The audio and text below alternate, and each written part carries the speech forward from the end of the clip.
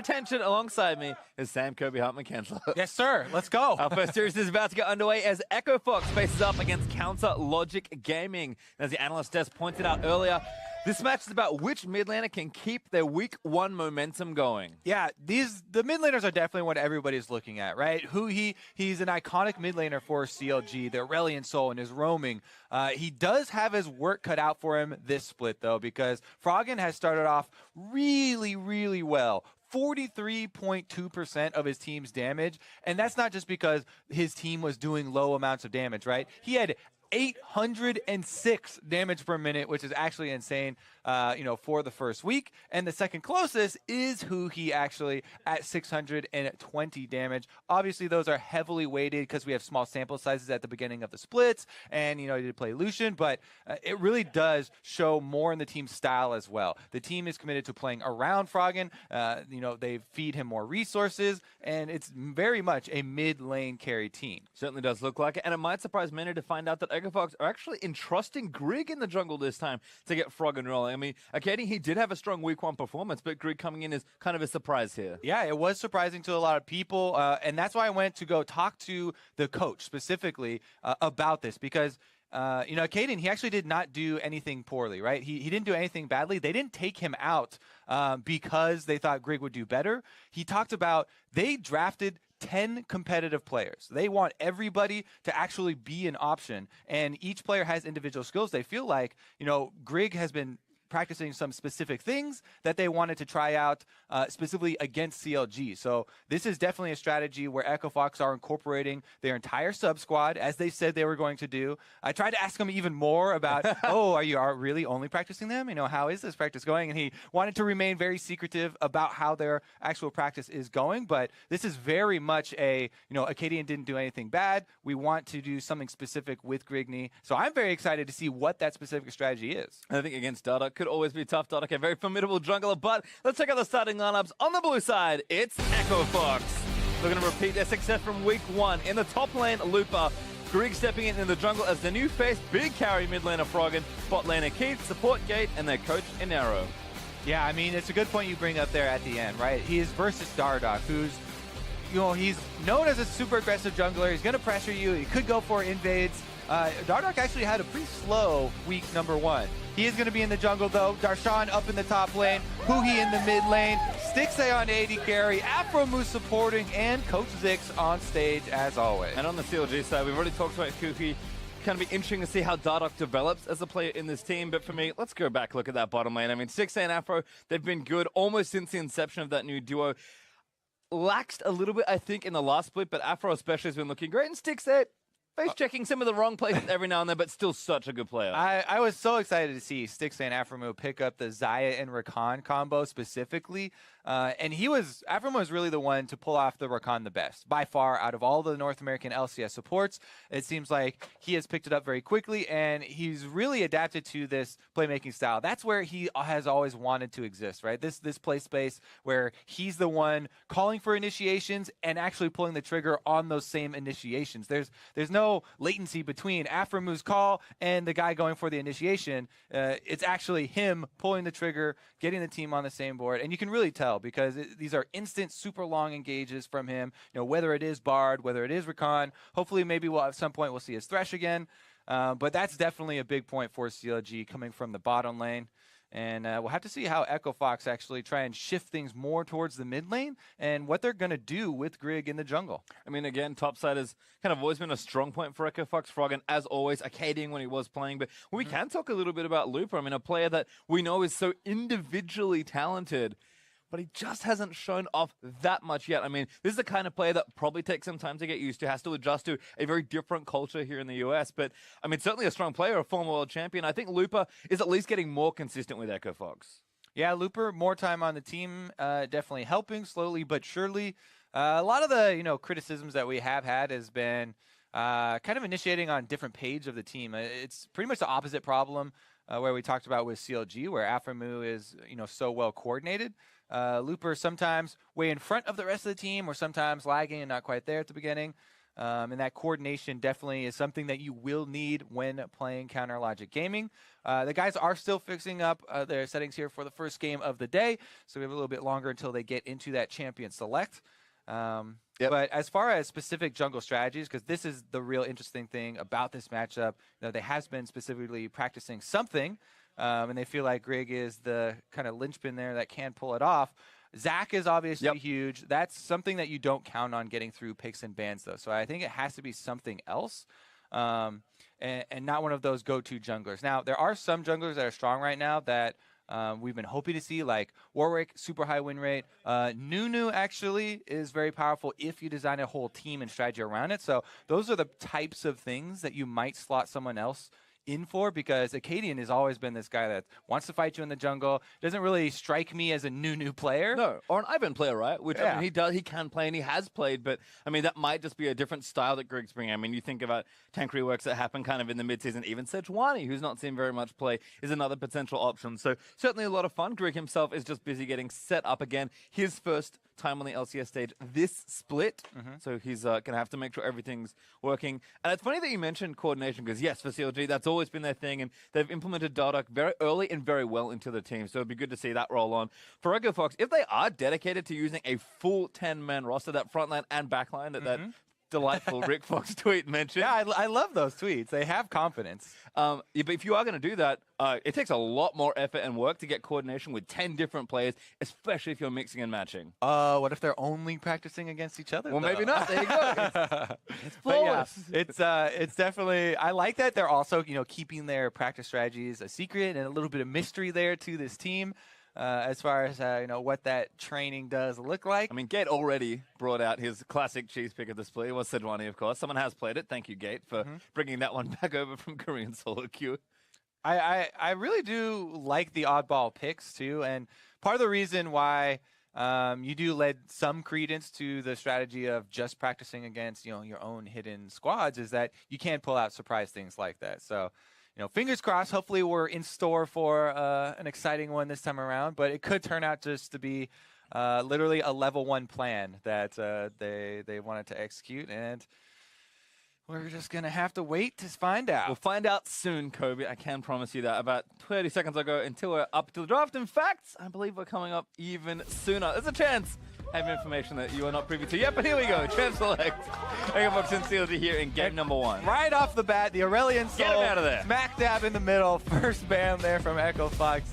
A lot of people definitely agree with that one. Huhi, kind of the iconic champion for this player.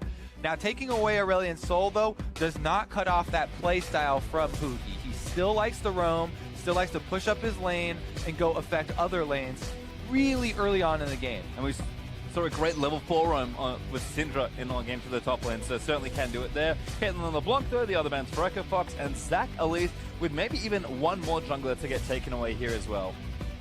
Could possibly be, yes. The Talia's been super popular as well, and that's another one that Huhi and CLG could use for roaming. Doesn't find herself in the ban phase. But again, first pick Kennen here. Looper, your boy, going to be looking at some split pushing rather than the team fight coordination. So maybe they won't have to work around better coordinating teleports or better coordinating initiations. Have Looper in the split push. Sometimes, though, especially in North America, we've seen a lot of the Kennens fail by not sticking as a team to that strategy. If you're drafting for split pushing, try and use split pushing in the middle of the game to gain your advantages. Well, there's Galio and Varus on the CLG side, so a very standard top laner here for Darshan. Could, of course, be flexed to a multitude of positions. We've seen Galio mid in the NALCS, and globally, Galio support has also shown up as well, but it's just such a good first pick. Yeah, I really like how people have been super willing to first pick Galio, not only because, yeah, the champion's super strong right now, but the flexibility of the champion and the possibility of still putting him either into the mid lane or technically support lane as well, as far as the top lane. But there's the Talia that we're looking for, and it is a bit of a takeaway here. EchoFox nabbing that before who can get his hands on it, and maybe they're looking to play a similar game here, right? The Taliyah can not only shove the wave, but can match any type of roaming that who he wants to go for. Yeah, and there's Ivan also for Greg. So again, maybe going towards more of the supportive style junglers, and Bard for Afromoon. So he'll be back to a playmaker, and one of my favorites to watch him on. Exactly, Patient. You were right about it in the intro. He's an Ivern player. Greg may be a little bit more adept at Ivern. These types of champions are very different from the style that we're used to seeing from Acadian. So it might just be that specifically. I still am hoping that there's more to it than just the champion selection though, and the actual strategy that they want to pull off early. We'll take a look because I am very curious about early Ivern routes. I put a lot of games on that champion, so we'll take a look. Meanwhile though, a lot of cheers went up from the audience as far as the Bard lock-in from Afromoon. One of the 2 supports that we have seen him really just outclass so far here in his role in the North American LCS. Very big playmaking abilities. You'll remember that play last week where he not only saved Darshan from a 2v1 dive, but got a counter kill for himself as well. Made it look so easy as Thresh and Ashe actually CLG's phase 2 ban. So actually taking a complete bottom lane away, trying to set themselves up as best they can in their 2v2. On the Echo Fox side, we started with Syndra, and we'll maybe have one more mid lane ban to come, just protecting that Taliyah pick from Froggen. All right. Okay, Lee Sin instead. So actually going to take away one of Jardok's probably best junglers, if not his best. Definitely one of the champions you associate with Dardoch. The thing with me, though, especially was showcased when he was still playing on Immortals, was the extremely wide champion pool that Dardoch does have. Even though you really associate the Lee Sin with him, they would often leave his jungle picks till the second round. Don't even care if he gets like 5 jungle bans dropped into him, and he would pull things out like that Warwick he was hovering. You know, this time around, though, will be the Rengar. And Rengar following up on Bard initiations is definitely a thing of beauty, especially if that Rengar's got a Galio coming down on top of his head with the damage reduction.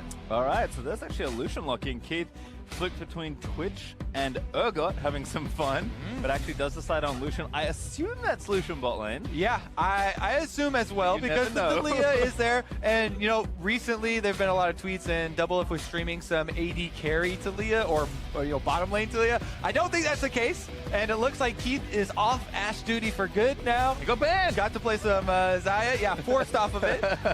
And he will get to pilot the Lucian with double shields at his back. So Echo Fox putting extra faith here into Keith on the Lucian. Very mobile AD carry. And I do like when he's paired with things like the Taliyah that have a lot of good zone control, and Lucian can really move fluidly through that zone. Yeah, I've always kind of seen these double shield comps as wanting to be, have a lot of fluidity to them and skirmish a lot. If you've got Cannon you can do that with, you've got a Lucian, and Taliyah kind of bridges that all together. Last pick though for CLG is Ari, so really standard stuff here for Hui, but again, he's shown up on this champion so many times, and people generally play very safe in a pick like Taliyah. And one of the things I like about both these mid laners this split actually is that they've been willing to show that not only are they very good at these champions, but they're willing to play meta champions. And there were some slight nerfs to Ari on this patch. It was just a little bit of the AP scaling was moved over to the E, to the charm. So just basically the changes made it more important for you to land that charm when you're going for assassinations. More reward there if you're able to actually hit the full combo. What Ari can do is threaten the Taliyah when she tries to dip into the Fog of War and go for assassinations on her. However, I still feel like in this matchup, Taliyah can get the early advantage. You can shove the lane pretty early on and try and affect the rest of the map. Typically, though, Froggen likes to just smash in CS and control his lane. I mean, Taliyah's a pretty good champion for that, so we'll see what happens here on the Echo Fox side. Really cool comp, actually. I mean, Greg kind of doing what we expected. No Nunu yet, sadly for us, but we'll see what happens on the Ivern. I don't know about sadly. Even though I played a lot of Nunu as well, don't necessarily like it. And there's Rengar for Dardoch, so kind of a classic pick for him. And a jungler we haven't seen that much of, and certainly haven't been successful yet, but a champion Dardoch knows very well. He's a champion he knows very well, and it's a champion that does gain popularity when the opponent is running the Ivern, because there is the obvious anti-synergy of Ivern puts up brush to try and protect his AD carry, then Rengar uses that brush to jump on the AD carry. So that's a little bit of a combo there. The other thing is that I like that they draft not just the Rengar in isolation. You have extra defenses by drafting the Galio with the Rengar. You also have an extra dive buddy into Ari, so they can make sure that they assassinate their target by having multiple members go, and they even have setup for it with the Bard. So there are a lot of different pieces here in the CLG composition that want to work together. Same thing with Echo Fox, though. the obvious shield synergy is there. And the constant split pushing from Kennen is supposed to reward them a little bit of cross-map pressure. Well, we'll see what happens here at level 1. Looks like everyone's fanned out as we're out onto the Rift for EchoFox vs CLG game number 1. We will be paying close attention, though, to jungle routes, especially because Grig is joining the LCS again for the first time here in summer 2017. And like you said, Kirby, you can do so many different things with Ivern as far as routing goes, and even little things, I feel like, make a pretty big difference to the early game. Yeah, and Grig is a guy that's been with the EchoFox organization for a while. He's subbed in previously through their LCS team. You know, he's been practicing with the squad for quite a long time. And as they said, they just wanted to try a different sort of strategy here. So let's see if he has any adaptation here on the early Ivern route. He's warding his own blue to make sure that Dardoch doesn't go for the initiative as far as counter jungling. Because oftentimes, one of your answers to Ivern and Ivern's counter jungling, ooh, he hasn't gotten to take away a small raptor. Dardoch did a good job landing his last hit so that he got all of his raptors, even though Looper was looking for the harass. One of the strategies against Ivern is to get the jump on him. You know, go for the counter jungling before he can counter jungle you kind of mentality. But Grig is actually going to use his first smite on the raptors, then traverse over back to this blue side, channel these camps to prep them all. I would expect an early back from him as well, because it does take quite a lot of mana after the recent nerf to channel camps now for Ivern. So we're going to have the kind of delayed full clear, I guess. Yeah, for some pretty easy math, I believe it was 25% before, now it's 33% of total health and mana. So let's see if Grig is going to be healthy enough. Looks like he's wandering back down towards a red, which he also marked as well. Yeah, so he's going to do the red, then clear the entire blue quadrant. That would make him end up by Kennen. Curious to see if he actually wants to, try and affect the map, because typically, with the double shielding and Lucian comp here, you would want to ensure that there is some vision down there for the bottom side, because right now they are pushing in the bottom lane of CLG, and Dardoch has ganked bottom more often than previously we've seen in Counterlogic Gaming series. Yeah, he's actually going for an early back after full clearing his left side of the jungle, and he's actually down towards this area. So Dardoch doesn't have another buff just yet. He's going to start the blue buff, but with that aggressive pushing from EchoFox, Zuelin could see an early game. Definitely is true. Ivern, meanwhile, is going to go for a mid lane gank here. Quite the path here. Brushmaker already put up now. He knows something's a problem. Broccoli is going to hit actually. Great land as Froggen. He's going to move in for the rest of the damage. Grig gets a bit of brush. Froggen tries to get the shove. Does not connect onto Huhi though. Really nice shot there from Grig to get the summoner out of Huhi, and close to getting the kill as well. If that seismic shove lands, that is a dead Huhi. So effective gank nonetheless. And I actually do like that route from Grig. I had not seen the Raptor smite start before, but definitely efficient from him. Got a very early level 4 for his mid lane pass, and you can see why they're subbing him in for this Ivern play. He definitely does have some expertise on it.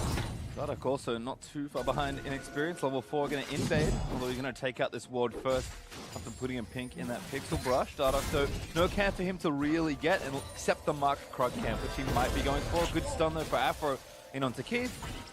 But no follow-up trade damage there. Keith still up in CS pretty handily. Yeah, Keith doing quite well with Gate there on the Karma. Lends a lot of extra power to their lane phase. Aphromu's been walking around looking for chimes as well. Grig trying to defend the second Raptor spawn, but not going to be the case. Dardoch moves in for the classic. 4.5 minutes around there. Second spawn on Raptors. Big value taken away, as so much experience was moved into that camp. Yeah, Huhi actually took the big one, so I think he got the brunt of it there. See if he can help him out in the mid lane at all. Dardoch now trying to protect his own Raptors, because Grig is kind of as expected here. Dardoch going to leap him onto him. Does get the root down. Slow's going to land, but Huhi actually has priority here. Going to move up first, and now Grig has to be even more careful. Dardoch smites away the big Raptor. Froggen now roaming around, trying to make something happen. Dardoch is going to get rooted. Froggen is getting back. Dardoch forced to flash away. Almost goes down. Froggen needs a little bit more, but he's not going to flash for it. Oh, he didn't have vision over that wall. And no trinket wards available for either member of Fox, so they couldn't get that vision to make sure that his flash would secure the kill. But if Froggen had blindly flashed over, would have been able to get one more hit onto Dardoch. Man, that was incredibly close. And when Ivern is channeling a jungle camp in your face like that, either it's a very new Ivern player or he's trying to bait you, because Ivern cannot counter jungle unless he's able to complete that channel, and it's easily interruptible. All you have to do is, you know, tag him with anything. One auto attack will do it. And Dardoch was baited in a little bit there. Oh, Froggen now trying to get a trade back. Kuhi low on mana. Did hit the charm to Froggen for that nice initial trade, but Froggen actually up 10 CS and counting after Grig's early pressure on the Ivern gank at level 4. Froggen now going to go back. They've actually both got double Dorans here, so pretty heavy lane investments early on. Yeah, and a lot of action here with 0 kills, but definitely a lot of confrontation going on early. Meanwhile, in the bottom lane, Keith is massaging his little lead. There's a lot of minions here still for Stixxay to pick up, so he could even it up pretty closely. But it really does depend on how well they can see us under turrets. You can see again, Wave just shoving through, but that cannon's going to push that all the way over. Yeah, Cannon should not die to any of the ranged minion damage, so it'll be an easy pickup there for Stixxay. Happy to collect. Going to hold some of the minions back as well, but should be pretty straightforward. Sometimes tricky to last hit with Barb, but Echo Fox going to go back instead. Bilgewater Cutlass now finished up there for Keith, so we'll be going for that Blade of the Ruin thing first. All right, remember it's also an Inferno Drake spawn in this game, so as exciting and you know, as much confrontation as we have seen early on, I do not expect it to be a slow mid-game either. Inferno Drake definitely causes a lot more focus on the bottom half of the map, even with Rift Herald added to the game, you know, post 10 minutes, adding some sort of objective presence on the top side of the map. Right now, though, post level 6, Ahri starts to feel a lot better about the assassination potential onto Taliyah. So Froggen, while still wanting to shove the wave, does have to worry about, you know, level 6 Rengar plus level 6 Ahri. Very scary combination. Yeah, you can see Dardoch was visiting again on the right-hand side of mid, so Froggen playing up and over, but that does give Grig an opportunity to go take this red buff, and more importantly, gives Loop, who already has a pretty nice CS lead, a red buff. Yeah, anytime we see these auto-attacked base solo laners combined with an Ivern jungle, you definitely feel the pain for their lane opponents. See if Looper can use that red buff to really punish the Galio, though, because biggest complaint about Galio right now for people is his wave clear. It's very simple for him to get it off with spamming the Winds of War, and as you can see, he's been able to see us just fine up there. Darshan, no problem, pretty much even with the Kennen at this point, and even has the shove due to Kennen going over there to grab that red buff. Blue buff for Grig as well. That will be Froggen's first blue, as he just goes over and collects the buff shortly. Looper, again, kind of letting the wave reverse back, trying to get pressure down onto Darshan. Froggen going to go ahead, pick up that piece of candy, and continue laning. Well, nice and even though, so despite some CS leads here and there, they're actually pretty minute in all these lanes, and it just feels like both teams have been spending this first 9 minutes or so just finding position on the map and looking for an opening. Yeah, definitely like the opening here, actually. And remember, these are both of the 2-0 teams going head-to-head right now. 2-0 from week 1, that is. And somebody is going to have to drop out of the first place tie. Pretty good performance here so far. As Grig now post level 6 on Ivern, you do have the possibility of using Daisy to either, you know, get some turret damage and be very annoying in lane, or pressure a Drake very easily, as Daisy can take the whole thing while spamming Trigger Seed on her. Yeah, actually nice lane wards there from CLG. Actually never seen those before on the left and right hand side, but that's what pretty much every roam Froggen could ever go for, but might not matter as they're looking to collapse around this objective. Exactly, those are the types of wards that we used to see versus Twisted Fate when he was very popular in the game, because either side of the lane that Froggen tends to hover, you can warn that side of the map. Base check not punished, Ivern behind as well, shields Froggen after the charm, but barely missing on that shot for Froggen. Yep, camping on his pink ward, definitely advisable. Able to get a little bit of harassment down on Huhi. It does pay off, and again, as we talked about, Taliyah can get that shove very reliably, then look to move that advantage to either side lane. As of right now, though, pretty even. Yeah, Dardoch able to very quickly take down this ward, leaps on it 4 times, and it's gone after him behind him. And CLG are going to be the first ones to poke the Drake and see if Echo Fox comes. There is a ward that saw them walk over to it, so this is a bit risky. Actually, Gate completes his recall on the Karma, so maybe Echo Fox are not going to commit more than maybe, they're not even going to commit at all. Not even a steal attempt here. CLG able to take it away as Gate completes that recall, and they make the call not to contest this. Nice force there from CLG, though I assume knew that Gate was going back, maybe just from what was happening in the 2v2 in bot lane. As a result, they'll be rewarded with the first major objective of this game. Gold, though, still holding even, so it's just a small early victory for CLG. Yeah, intelligent timing there from Counter Logic Gaming. And the Infernal Drake is definitely going to pack a punch here. If Rengar starts getting some of the kills, unique kills to stack up his passive, extra percentage from Infernal Drake as well, really starts to skyrocket as far as the attack damage build that he goes for. And Dardoch usually builds a bit more aggressive. He's not that full tank Rengar player that sometimes we see. Have seen before, certainly. Looks like Darshan, fearing for his life, going to back away from that top side. 3 great wards placed though from CLG. And Lupa, I mean, again, still does have a decent CS lead here. Didn't see exactly what happened with the red buff, and his Blade of the Ruin King is on the way, but this is a face check. First Rengar ultimate. Yeah, onto Lupa here. Dardoch gonna land it up. Darshan with a great little Justice Punch taunt. Flash already from Lupa to use the ultimate. This should be first blood cannon. He's just so squishy. Dardoch swings forward and grabs it. Yeah, able to get the flash there. Really nice taunt from Darshan.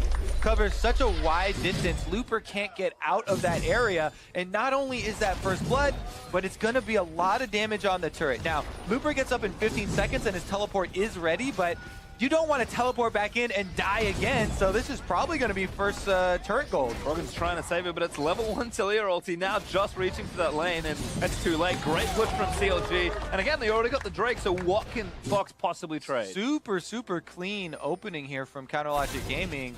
You know, taking the Infernal Drake while the support is back for Echo Fox, then making a first blood turn into a first turret gold as well.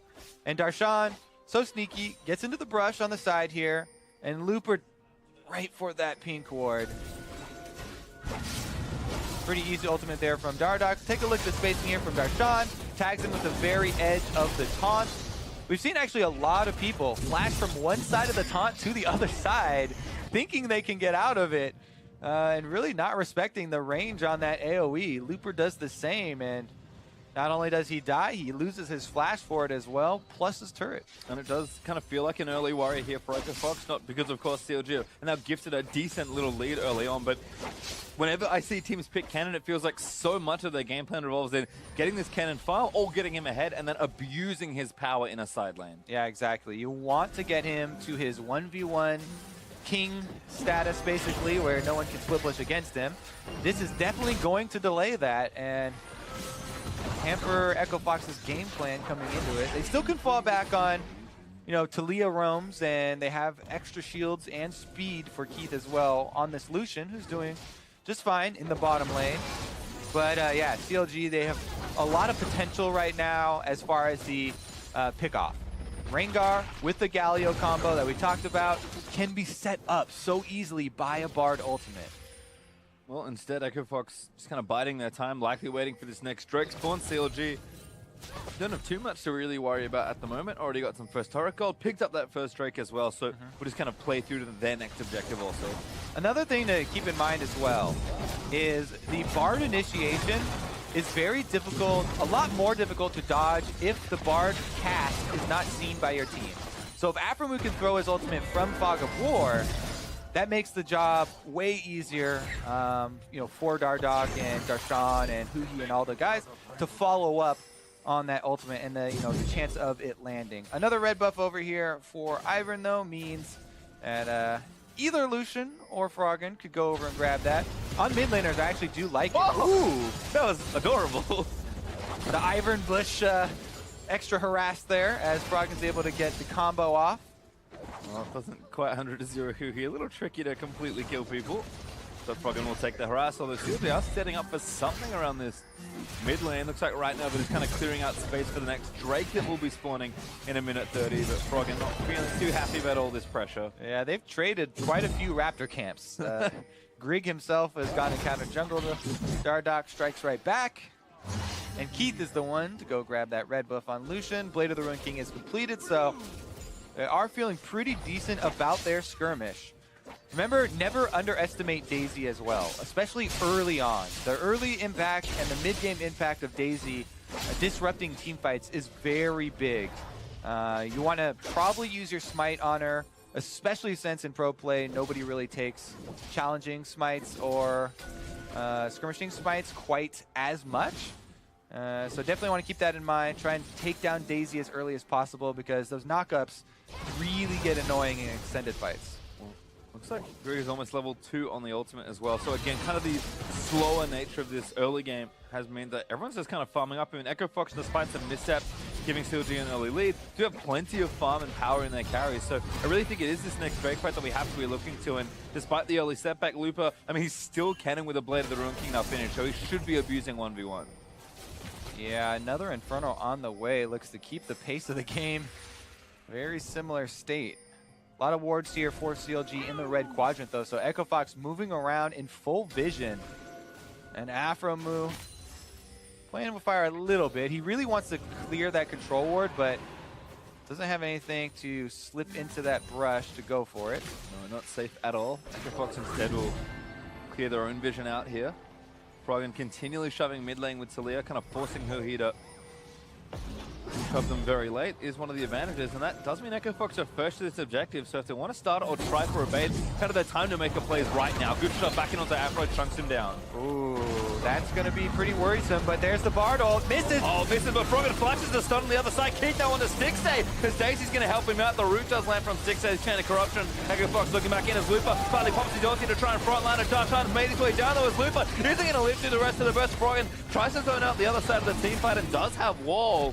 But Echo Fox just look a little scattered here. Low, but Dardock leaps in and tries to get a kill, but barely misses it onto Gate. And the wall is nice there from Froggen, but the Drake's at full health. Yeah. This looks a bit awkward. What are Echo Fox just standing around here for? And now they go back on the Drake. This is 4v5, and CLG can easily push him off. Dardock's super low, but technically he's flanking. I mean, they're tanking the Dragon as well. Darshan needs to absorb most of that damage. Darshan over with the Bard Pole, but does get stunned. Now gets moved back, forced to flash away. Froggen barely missing so many kills as Keith flashes in for the rest of them. Dardock assassinates Talia, though, taking down Froggen, and it's a mess around the Drake here. It definitely is, Pastry. Hovering around that Infernal Drake. And they go through the magical journey just to get destroyed on the other end. Meanwhile, Dardock's flank there with the 200 health Rengar does find the unsuspecting Talia. So it ends up being a kill traded back, but Infernal Drake still stands. And the vision is still around Infernal Drake. So I expect the action to continue. I was going to say, maybe it's a let's try that one again situation. I mean, Looper came down, Darshan, both the top laners using their teleport, trying to contribute to that fight, but it's a stalemate on that first one, but I think both teams will be back pretty quickly. Yeah, and that's one of the reasons why you like to keep the split pushing Kennen to gain split push advantages. You know, early in the game, he's only got a Blade of the Ruin King. If he teleports in, teleport is such a long channel, it's easy for the other team to set up, and CLG immediately focus fire Looper when he teleports into this. Take a look at the completion here, because there are a lot of parts. CLG misses a big part of their initiation, and Stixay is getting chased off. So Looper completing that teleport initially didn't seem so bad, but Dardock has the empowered root, and they immediately take him down. From this point on, CLG should have a huge advantage, because Daisy is down, the Talia wall is down, Looper's already dead. During that replay, they get right back out to that objective and take the Infernal Drake eventually. Looks like CLG were there first, and Looper actually went back to top lane, so CLG able to take that objective down. Echo Fox threatening around the Baron area, though, because Darshan's actually trying to... The Rift-Tailed. Oh, it's Rift-Tailed. Never mind. A little too early, but they'll trade objectives here. Yeah. Mini Baron being attacked right now, seeing if they can hit her in the eye. 8,000 health, though. She does take quite a while still to take, and CLG just threatening a little bit. Move up, chase them off it, and now they've got mid lane pressure. They can also push this turret. Yeah, it looks like Greg again just going to channel that up. No smite. They can't give the blue over just yet. And CLG squad's all out.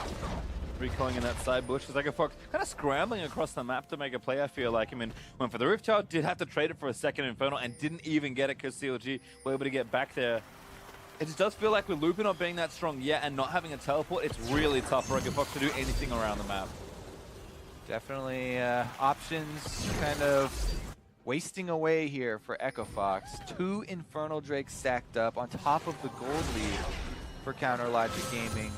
And they were missing a lot of their initiation in those last fights as well. You know, They did get summoners out of it. Both Froggen and Keith, the main carries here, don't have flashes available for the next Bard ultimate. So Aphromoo is 100% got his eyes on Froggen and Keith as far as his next targets. And Froggen actually definitely going to be on the receiving end. Yeah, he's got his eyes on the dual lane, but he's 1v2 right now trying to kite this one out. Aphromoo still with the ulti, but doesn't throw it. Redemption, though.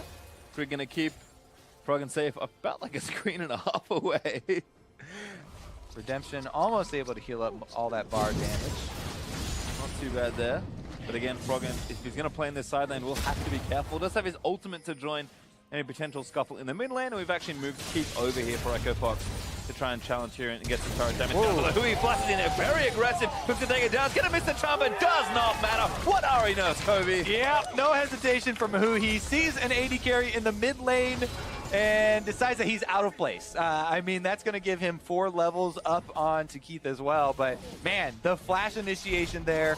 Good call from Hui to take advantage. Right now, they have to worry about getting pinched, as the 4 members left of Echo Fox are circling around mid. Froggen walling in, stun lands for Looper onto stick save. He's getting exhausted by Afro. Daisy in the front lines, the wall's cutting everybody else off here for CLG.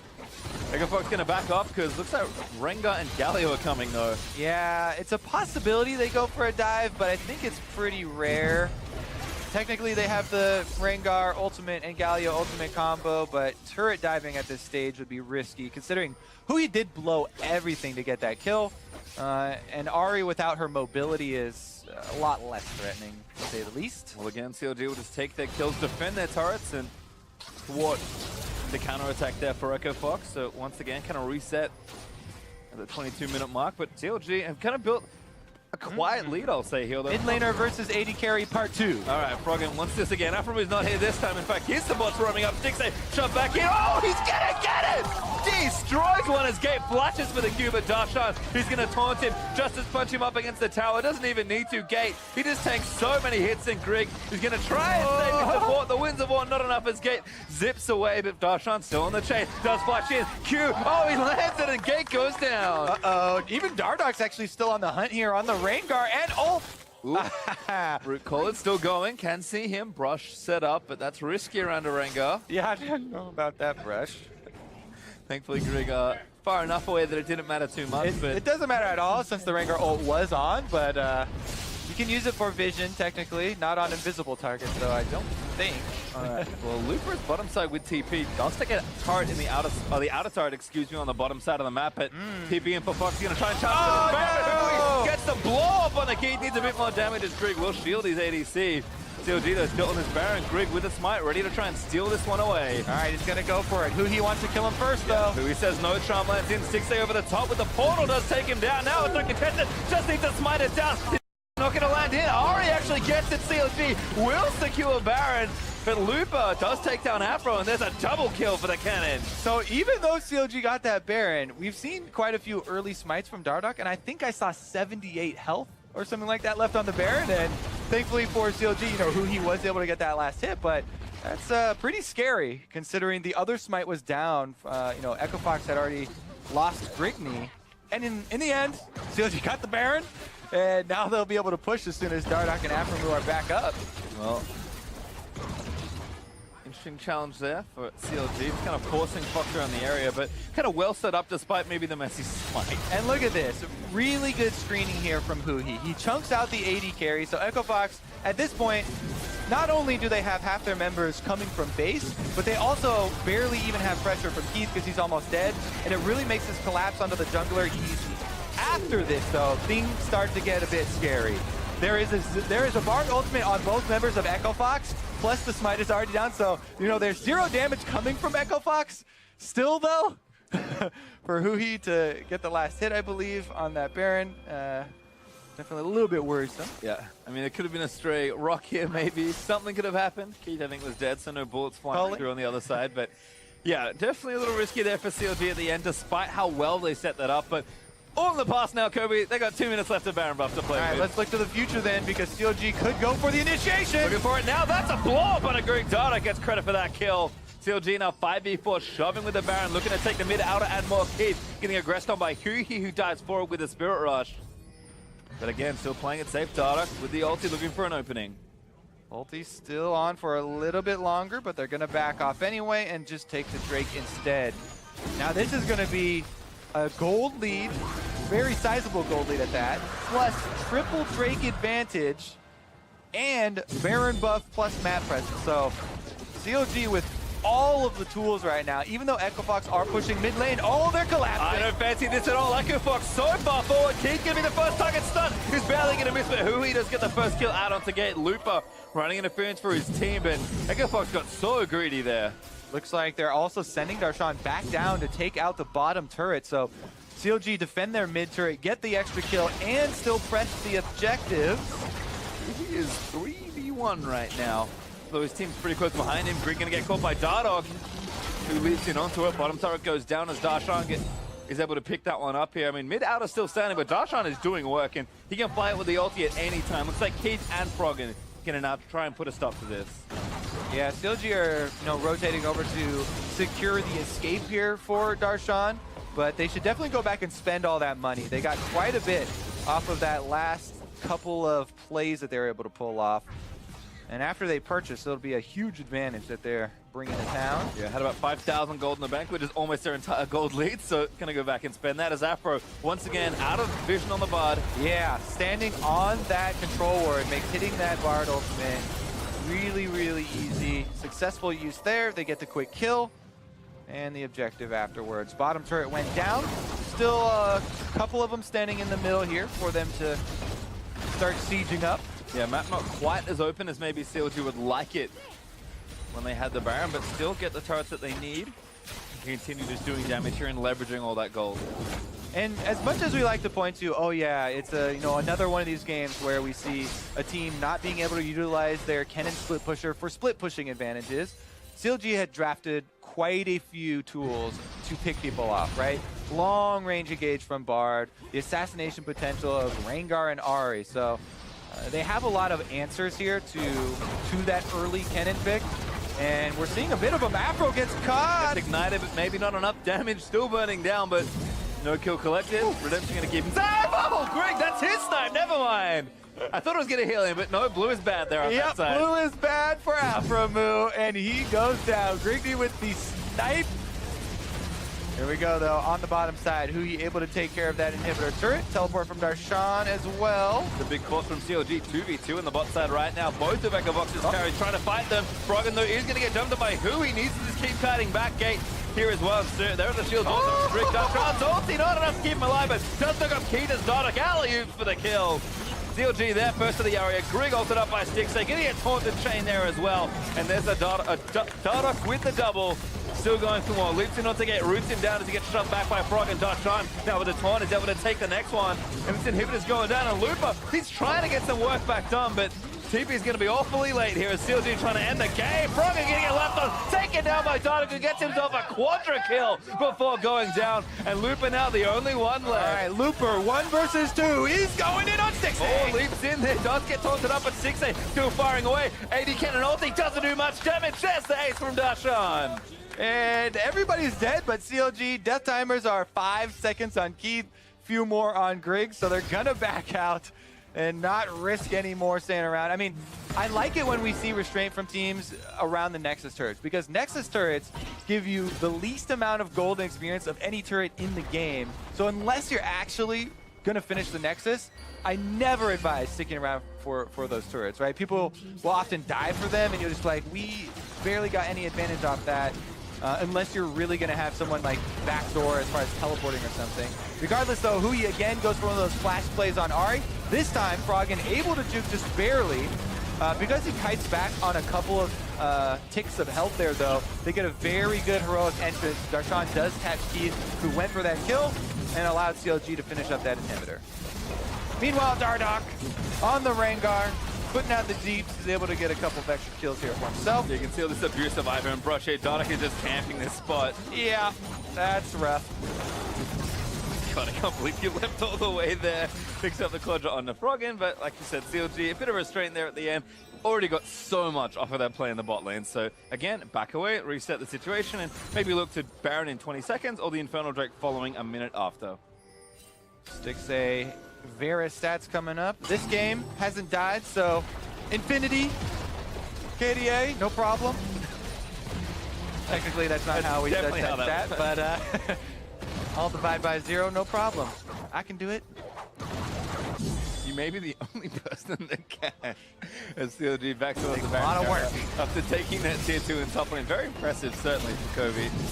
CLG going to look equally so. Well, maybe not quite. Dividing by 0 is pretty impressive. But he's going to take a Baron nonetheless. Almost up 10,000 gold, and again, EchoFox have almost no base left to defend. Yeah, and so this game is pretty much a foregone conclusion, but let's talk about what this really means for CounterLogic Gaming, because their opener was very impressive, right? Though the one thing you could definitely level at CLG in the opening weeks, even though they had 2-0, Dardoch did not have a very good performance, and they also had pretty lackluster macro game. They won actually a lot of their games through brute force team fighting and combos with Rakan or Bard. This time around, the macro game was also cleaned up. Very good control of the Baron area after they got their leads. Plus, Dardoch on Rengar, showing that he still has it in him to absolutely go off. People didn't really doubt that. You know, they were like, okay, you know, he had a bad opening week. What will CLG look like with a Dardoch who does pop off? And this is apparently it, as he's gotten the Rengar. And now they've got two. The Drake spawns are actually pretty crazy here for CLG as they get another Infernal just to add a little bit more power to their final push. Yeah, you like this build from Dardoch? He's basically talent at this point.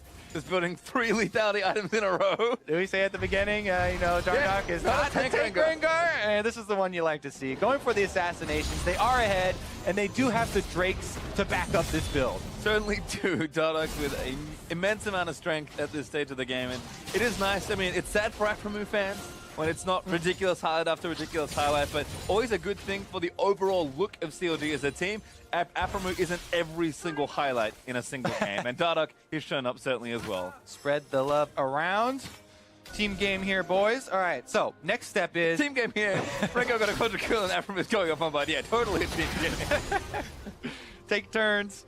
All right, CLG with the Baron buff. They actually have okay deep vision. I don't see any reason for EchoFox to actually step outside their base, but regardless, CLG coming to close the loop here as they push in all lanes at once. Dardoch's going to speed up a little bit on the bottom lane. I think they'll wait for him to actually come around and maybe flank even from the backside here with his Rengar ultimate. Does have one more wave to push in from the bottom side before they really pressure onto these inhibitor turrets, though. Yep, was kind of that first Baron that got CLG to this state. Now this second one very much looking to seal the game. Good shot from Froggen. Needs to get a pick here for EchoFox to really keep afloat, but feels like he's got all his tools ready to pick off a carry out of position. And he's been so quick to jump on people when they've been out of position or just using cooldowns they shouldn't be using. Yeah, definitely true. Like how he was able to abuse his advantages.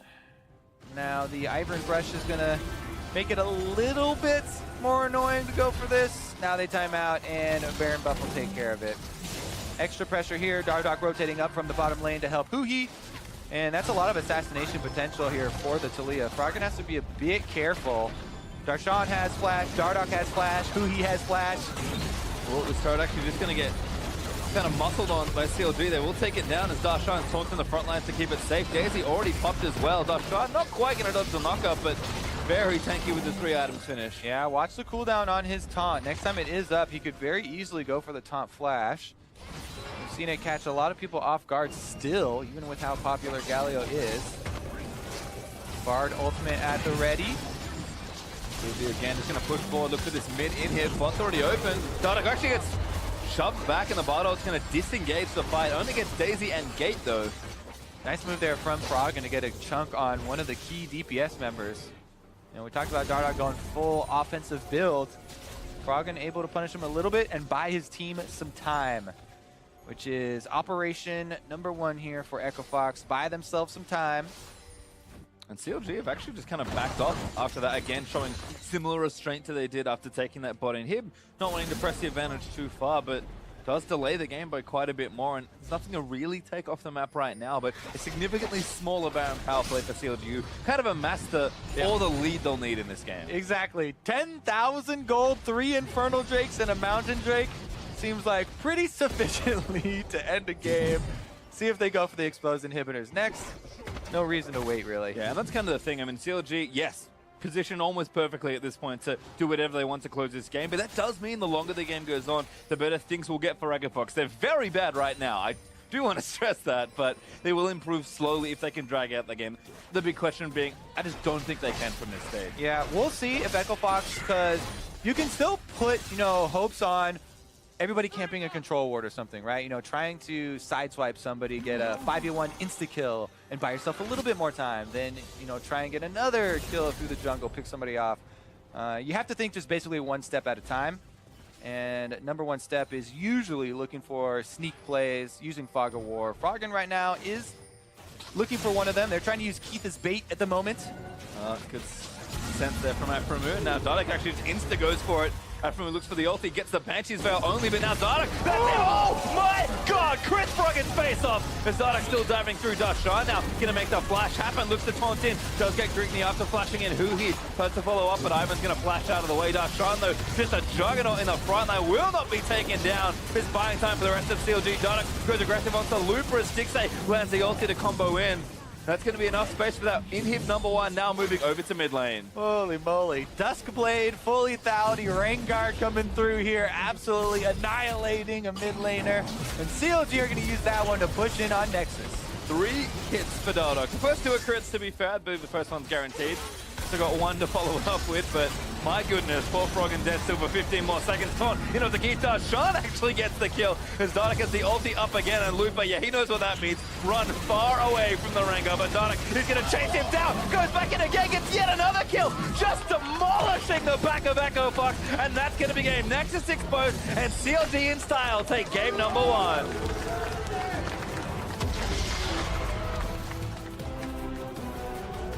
I'm going to have to tell you, that quadra kill looked pretty good, but I wasn't too impressed. Those last moments are very impressive to me. Dardoch just taking over with the Rengar. CLG also, really good start to this game, because it kind of went under the radar, but the timing of going for the first Infernal Drake, then immediately after, top lane play where Darshan sneaks into the brush, and they combo with the Rengar ultimate to get everything rolling. That was really the start of it. That first blood on the top lane, able to take down Looper. Talked about it so much with Kennen, split push. They did 2 things with that gank.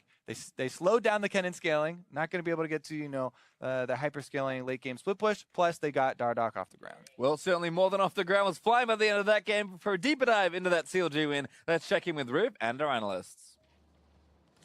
Thank you very much, gentlemen. And starting things off with a bang for CounterLogic Gaming. They come out very strong here, and in the top lane, they take down Looper, and it seemed to cascade across the map really throughout the game for EchoFox. Yeah, and I think when you look at EchoFox's team comp, it's one where you have to kind of be proactive. You have the Kennen counterpicking to the Galio, you have the Talia to get up there and hopefully start snowballing that champion, and that was something that, with EchoFox, has been something that's been a bit of a struggle, is getting Froggen out late, and especially without Acadian, being there as the other playmaker in the early game. Grigney had a lot of shoes to fill, and it did feel like he kind of came up short. All kinds of shoes to fill. But I definitely agree. I mean, that's always been one of the criticisms of Froggen, is that, yes, he's very good in lane, but where does he take that? Like, where does he actually extend that lead around the map? And he wasn't really being proactive on Talia. Grigney, I think, he had a solid game. He was okay, but it's like Ivern is not really that playmaker that's going to snowball lanes by themselves, and you need to see this team making moves, because this is not like a protect the Twitch type comp. It's a protect the Lucian, which is much more mid-game, early game focused, and it just felt like old EchoFox, where they're sitting back and kind of just not making things happen. And we actually see that in our first replay, a 17-minute dragon fight here, 2 for 1, and it was quite messy because they get control with this wall after throwing a few things down, and then wait, then take dragon damage, and the fight goes. I mean, to be fair, it wasn't super clean on the side of CLG either. They get this nice pickoff right away onto Looper. Blows a lot of resources to be able to do it. Froggen's going to wall out the rest of CLG and let the dragon situation entirely reset. But with CLG having a man advantage after this, you think that they should be fine to kind of slow play it, work their way back in the dragon pit. He's relatively healthy. Your frontliner, Darshan's relatively healthy. And instead, Dardoch starts wrapping around and makes this kind of a sketchy situation. Yeah, and I mean, this is actually, even though it ended up working out for Dardoch coming over here and picking out Froggen, ever so slightly, it's still not really a play I think he should be going for. Like flanking with 10% HP. I mean, if he's spotted there, if there is a ward there at all, Froggen kills him for free, and that situation can go bad. And that dragon was so important because the early game was relatively slow. CLG had already picked up the first Infernal, and if you give up a second, like that's such a big advantage against a team that has 2 assassins with the Rengar and the Ahri. Yeah, I think that's the big thing is that CLG was kind of already ahead. This situation went 1 for 1, and then when they reset, Echo Fox kind of gave it up. They had Looper go back topside and gave another Infernal Dragon over. And like you were saying, this is a mid-game spiking team. You're now down 2 of the best team-fighting dragons with a comp that probably doesn't team-fight as well either, especially with how fed Dardoch started to get. And speaking about the top lane, our next replay, 22-30.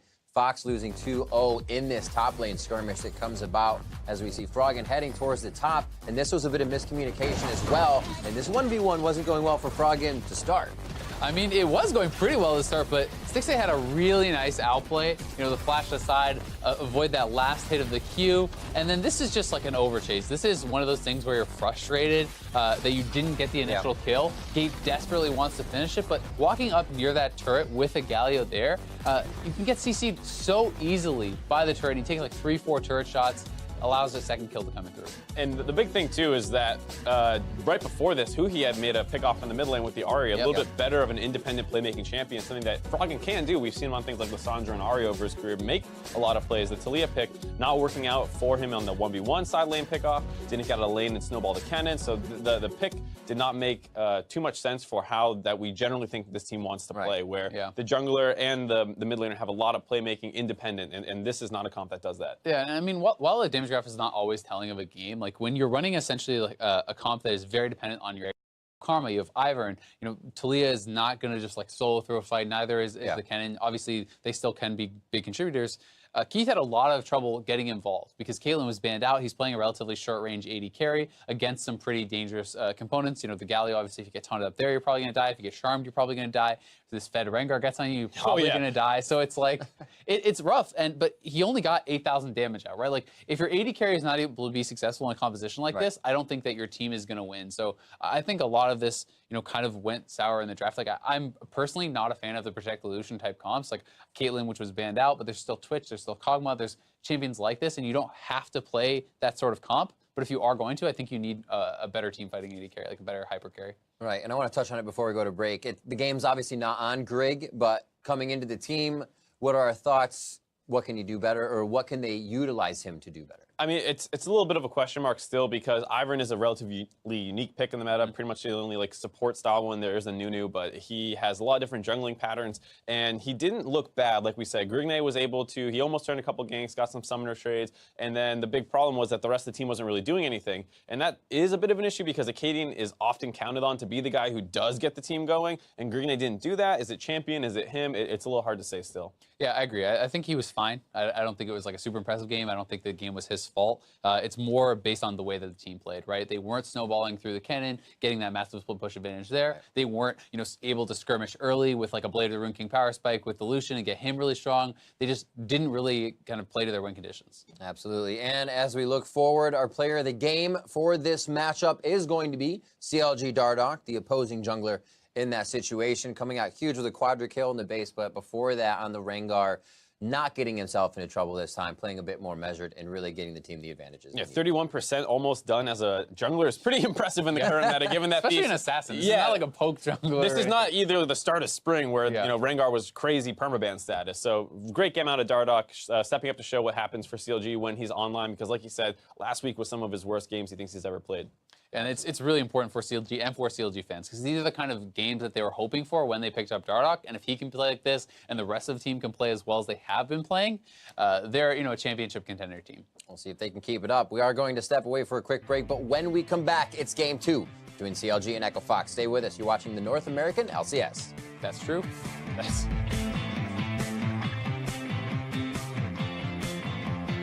Gonna land it up, Darshan with a great little Justice Punch taunt. Flash already from Looper to use the ultimate. This should be first blood cannon. He's just so squishy. Dardoch swings forward and grabs it. She has cleanse, by the way. Double kick, Karma. Careful. I think we got it back. Yeah, back it up. I'll probably die. I got the Lucian flash. I got Taliyah. A quiet lead, I'll say here. Mid laner versus AD carry part 2. All right, Froggen wants this again. Afro's not here this time. In fact, here's the bots roaming up. Stixxay shove back here. Oh, he's gonna get it! Ivern. No, Ivern. Is he gonna hit? Can he get into tier 3? You guys are probably in. Yeah, we can. Wait, climb out. Talia, no flash. Talia, no flash. Talia, no flash, no flame. She's rooted. Okay. Okay, we can end. Yeah, just go, chill. Whoa. Let's go, baby. Cannon basing. Can we just Run far away from the ring of Adonic. He's going to chase him down. Goes back in again. Gets yet another kill. Just demolishing the back of Echo Fox. DLG in style take game number 1.